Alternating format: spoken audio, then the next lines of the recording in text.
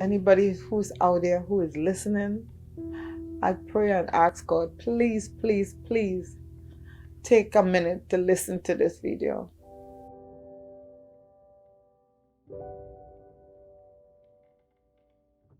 She was going to be 21 the next month. It's not normal for a 20-year-old to get a massive stroke. It's not normal. She's fighting for her life. 1, 2. What you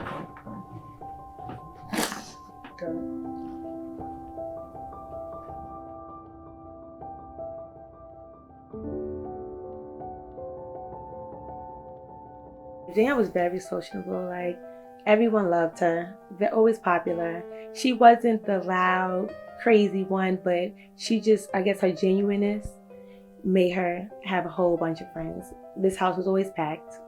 Everyone was always around her. Just a real 20-year-old girl. I was always getting yelled at for wearing her stuff, but she always had good stuff. So like, why would I not want to wear your stuff? Like, she definitely always had good clothes, good style, good hair, always doing her hair, like stuff like that. I remember that Saturday, we just buried my brother, Danielle's father. We had some family members that came out of town. So it was a very emotional day, very difficult day to get through. That Sunday came here to Allison's home just to be with Danielle and her sister, because we knew Danielle would be going back to school. So my last conversation with Danielle was, say, Danielle, call me when you get to school so I know you made it back okay. And in her wonderful voice, okay, Auntie, I will. So that Monday, didn't expect her to get back to school till later that evening. So normal day. But it had to be around 11 o'clock or so. And I was like, wow, Danielle didn't call me. You know, it's kind of odd. She didn't let me know she got back to school. It's not her to answer. So I'm like, hey, Danielle, you made it home? Like, yeah, school's safe. Like, what's going on? I'm just thinking she's just, busy being at school.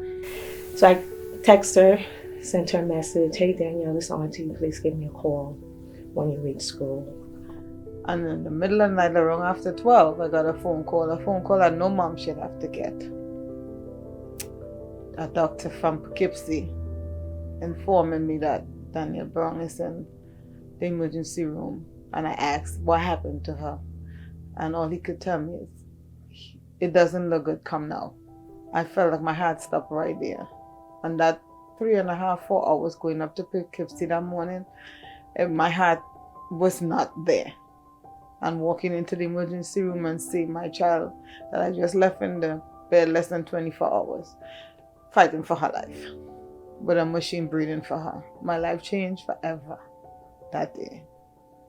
Then that Tuesday morning, my sister called me, and she said she just got a call from Allison that Danielle got sick and that she was on her way back to school. And I'm like, what? What's going on? It was just not, I couldn't imagine. It just was so surreal.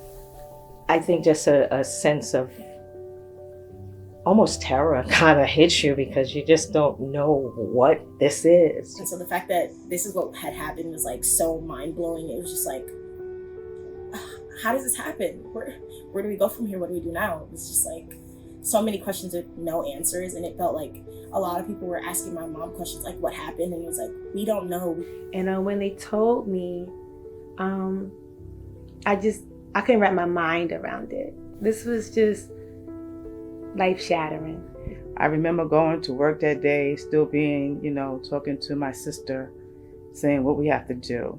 So I left work, I believe early that day, or even when I got home, we went straight to Poughkeepsie, where Danielle was at.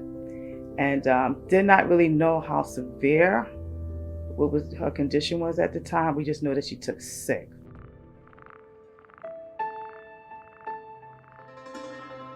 Three days later for them to tell me she's not gonna make it, and basically to prepare to bury her. I wasn't accepting that at all. And it's been 4 years later, she's still here, despite what they say. So that's not the doctors, that's God. I think a part of me just kind of went numb and, just couldn't put the pieces together. I see the pain in Asha, She's only 19. When it happened, she was 15. I would definitely say it is hard for me. Like, I don't even like being in hospitals anymore. Like, I feel like it was all a lot for me at once. And it's just really hard seeing her like that, you know? Because, like, again, this is my sister. Like, I had my sister my whole life. Like, and it was just the two of us. Asha and her sister, just two of them. That's all they got. They had to deal, they didn't even get a chance to grieve their dad. And this come and happen. In one apartment, like, it was always just us. So the fact that, like, you can't share your secrets with me anymore, like, you know, stuff like that. I feel like I got that taken away from me, and I know that she got that taken away from her as well. We definitely had a really close bond where I can't even ask for, like, what am I supposed to do when this happens, or how do I get help in this part of school, or, you know, even homework help, like, just, or trying to get relationship advice, or talking about boys, or, like, hiding piercings, or stupid stuff like that. Like, I can't go to my sister for anymore, and it kind of is just like, it sucks because, again, it's kind of like sisters share that best friendship kind of, and I feel like I don't have that anymore, unfortunately. But when she is in the room with Danielle, she's talking to them, but she doesn't really look at her, so you can see the pain in her. That's my sister. I know that I have to suck it up because we're a team regardless, and I still have to push through, and because she's fighting and she's been fighting. So stuff like me not being able to, me thinking, oh, it's hard to see her like that, like, I just have to suck that up because I can only imagine how horrible it is for her, unfortunately. What I struggle with most, and it's really painful, and I don't like seeing Danielle like that. And that bothers me. Because I know how she was, you know, before this happened. Before Danielle got sick, life was nice. Danielle was in her last year of college. I really think with her communication degree, going to school, she would have reached so far in that. So far, and just knowing how to be in front of the camera, kind of be herself. She had been to the Wendy Williams show multiple times. Like, I don't know if it was a part of her school or if she had went on her own, but I know that she was definitely, like, interested in doing, like, maybe talk show, radio, and stuff like that. You know, she really wanted to excel in that, and she was doing an amazing job. So it's just, the reason I get so emotional is because I know, you know, she really would have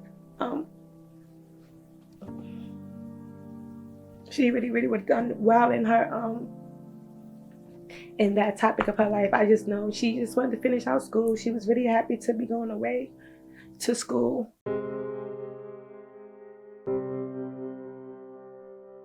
And I'm just getting bills from all over the schools, sending bills. The school that she got sick going back to, they're sending court letter that they're going to take her to court.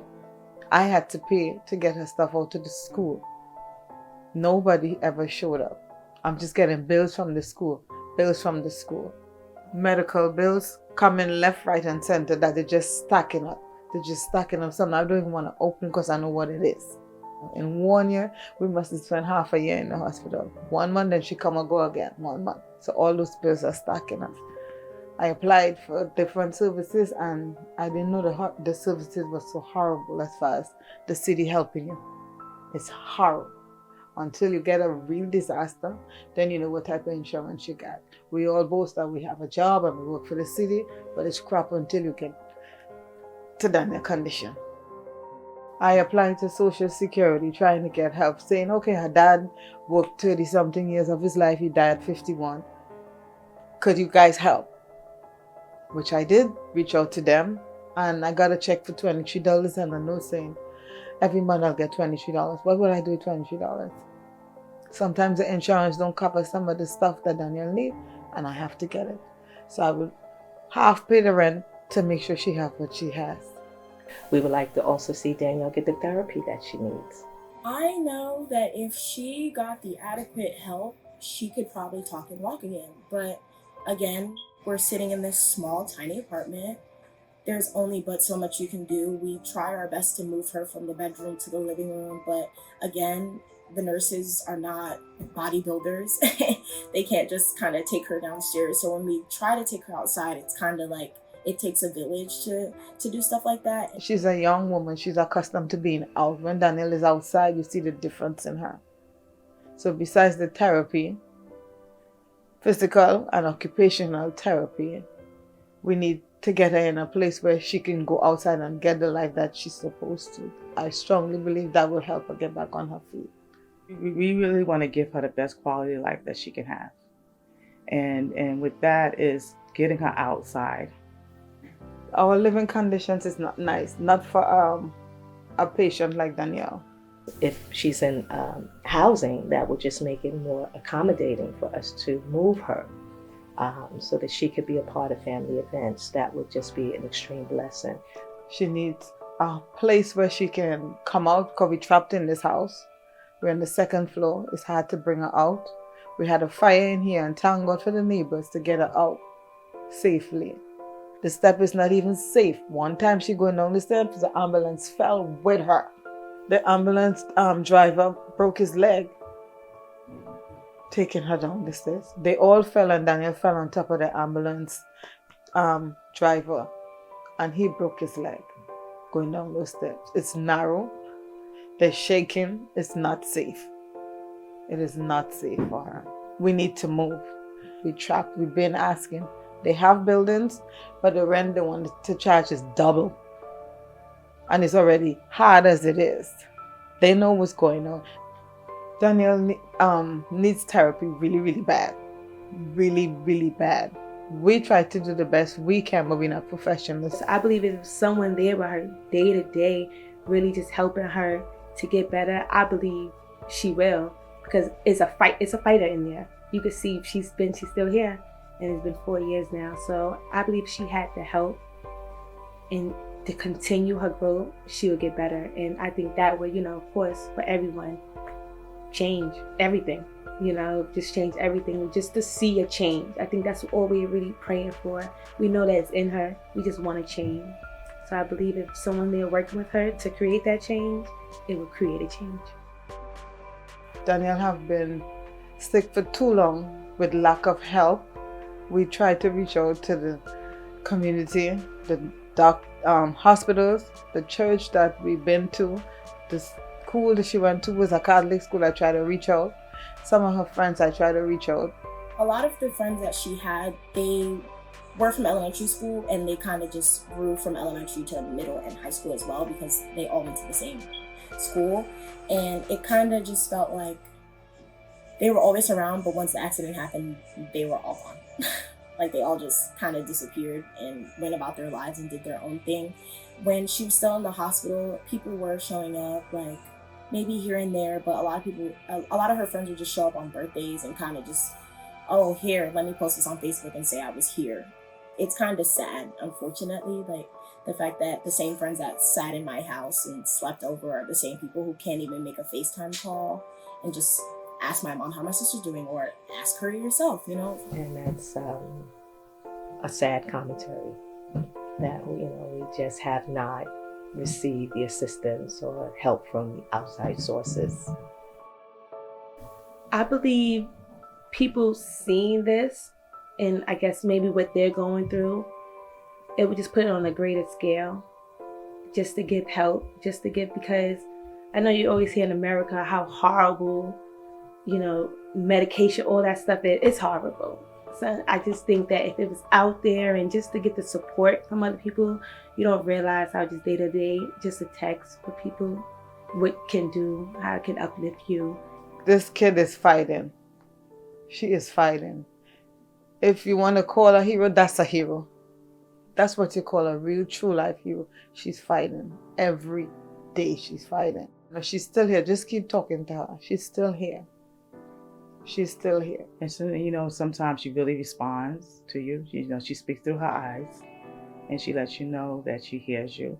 Sometimes she cracks a smile, So her soul is still here. She's still here with us. She's still that same person. She'll cry with you, just like she'll laugh with me, as if, she was really there. I feel like she's probably just feeling like a prisoner in her own body, unfortunately, and we just need her to someone to help us to get the key. By doing this video now at the right time, the world is going to see what happened to this 20-year-old young woman, and it could happen to anybody. And we need everybody. We do need everybody. We think we don't need people, but we do need people.